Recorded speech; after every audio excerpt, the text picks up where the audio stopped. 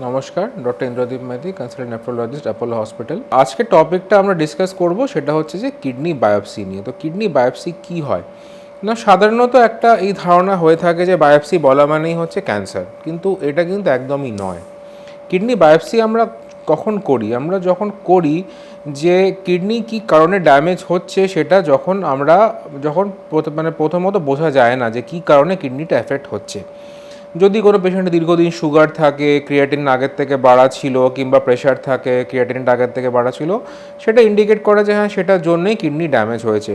কিন্তু কোনো কোনো ক্ষেত্রে যখন দেখা যায় যে কারোর শরীর ফুলে গেল কিংবা পেচ্ছাপে খুব ফ্যানা এলো, সে দেখা গেল যে পেচ্ছাপে দিয়ে প্রচুর প্রোটিন বেরোচ্ছে, তখন আমাদের দেখতে হয় যে কিডনির মধ্যে এমন কি সমস্যা হচ্ছে যার জন্য এটা হচ্ছে। তো সেটার জন্যই কিডনি বায়োপসি করা হয়। তো কিডনি বায়োপসি যে কীভাবে করা হয়, তো কিডনি বায়োপসিতে প্রথমত একজনকে উপর করে শোয়ানো হয়, তারপরে আল্ট্রাসাউন্ড মেশিন দিয়ে কিডনিটা দেখা হয় যে কীরকম কী অবস্থায় রয়েছে।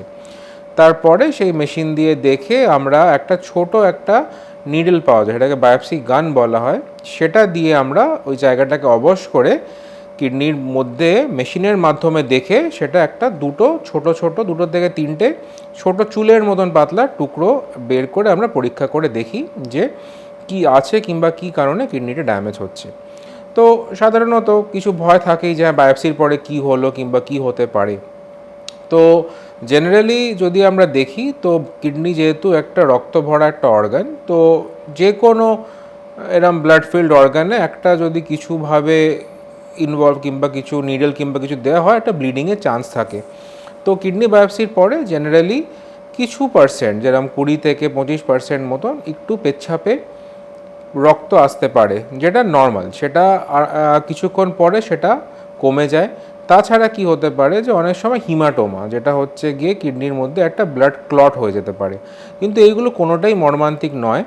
আর এগুলো খুব রেয়ার, হ্যাঁ, মানে যদি 100টা হয় হয়তো তার মধ্যে 5-6টার মধ্যে হবে, তার বেশি এটা হয়ে ওঠে না। আর যেই পদ্ধতিতে করা হয় সেইগুলোর মধ্যে রিস্কটা অনেকটাই কম।